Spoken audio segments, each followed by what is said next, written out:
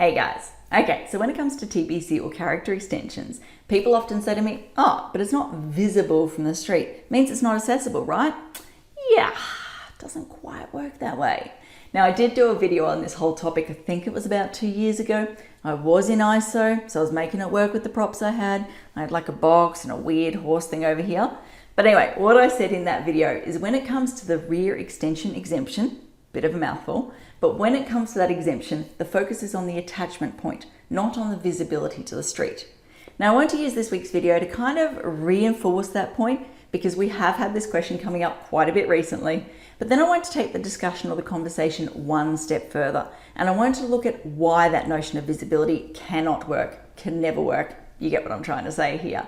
Why? Well, I'm a massive why person. I'm going to use that word a lot in this week's video, but I'm a massive why person. I believe personally that when people understand the thought process behind something, they're more likely to embrace it going forward.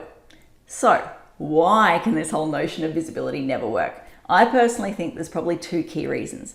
First and foremost, it is super duper subjective. There are way too many variables to account for, and therefore there are way too many potential outcomes that could eventuate.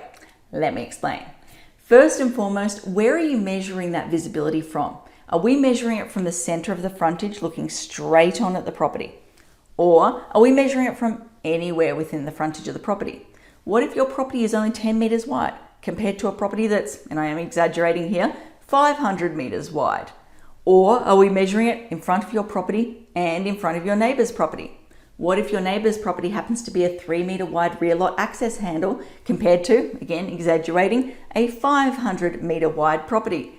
Or are we measuring it from anywhere within the street? What happens if your street's only 20 meters long compared to, again, 500 meters long, or something long like Milton Road that just goes on and on and on? Or is your street dead flat compared to a street that goes up and down, up and down, up and down? And could someone be standing on one of those ridges looking down on your property? As you can start to see, there's a lot of different ways to approach the whole where do you measure it from. Next question, what height do you measure it from? Are we talking from like a 1 meter tall kid? Or are we talking from an adult like myself that's 1.8 meters tall? Or, and I am getting a little bit facetious here, but are we talking an adult like myself in heels, getting closer to 2 meters then? Next, what sort of visibility are we talking here? Like, is it someone with 20/20 vision? Or is it someone that's a little bit drunk, a little bit tipsy, and maybe not seeing so clearly?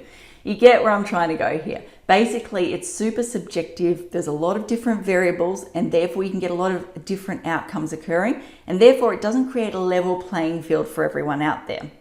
Now, number two, it doesn't account for future changes or future evolutions that can occur. Now, I am going to use this bookcase behind me to try and illustrate my point. You're going to have to work with me a little bit here, use your imagination. But essentially, the bookcase is going to be a house. The door over there is going to be a garage in front of, or on the front corner of the house. The lamppost over here, or the lamppost, what am I trying to say? Not lamppost, light shade, lampshade. Oh, I'm drawing a mental blank. Lamp, let's just go with lamp. The lamp over here is going to be a tree, and little old me, I'm going to be the extension we're talking about. Like I said, you're just going to have to work with me here a little bit. Okay, so right now you can't see me, aka the extension of the rear corner of the house. And that's because the door, aka the garage, is obscuring your view towards the rear of the property. But what would happen if we were to remove that garage? Suddenly you can see me clear as day. Or what if, and you are going to have to use your imagination here, imagine I'm a lot skinnier than I am and you can't actually see me through this lamp. But yeah, imagine if there was a tree on the neighbor's property that was hanging over the boundary, obscuring the view towards the rear of the property. But then suddenly the neighbor removed that tree. Once again, I being the extension of the rear corner of the house, would suddenly become visible. Now, let's be real. As a private town planner, my role and responsibility is to understand all of the loopholes and to know how to push the rules. I'm not going to say break the rules, but push the rules to a client's advantage. So in a scenario like this, let's be honest, I'm going to be getting on the phone to the client and be like, yo, do you want to maybe pop down to Bunnings, buy a potted plant, maybe find the cheapest cubby house you can possibly find, stick it in the front corner of your property, then when the certifier's gone, you know what to do. Rip it out, whack it on Marketplace, make your money back. Yeah. So yes, in situations like this, there is a lot of opportunity for, I don't want to say the rules to be exploited because that sounds very negative, but for the rules to be pushed in a direction that be unintended. So there you go. That explains why this whole notion of visibility can never work. First and foremost, it's so subjective, there's too many variables and therefore too many potential outcomes, and also it doesn't account for future changes on site. Hopefully that all makes sense. As I always say, until next time, thanks for watching. For all you red tape lovers out there, I have one thing to say. Well, no, actually, I've got three. Number one, the advice provided in these videos is general in nature. It's not site-specific. You would be a silly Billy to go and make financial decisions based on this advice without first checking with the town planner. Don't be a silly Billy.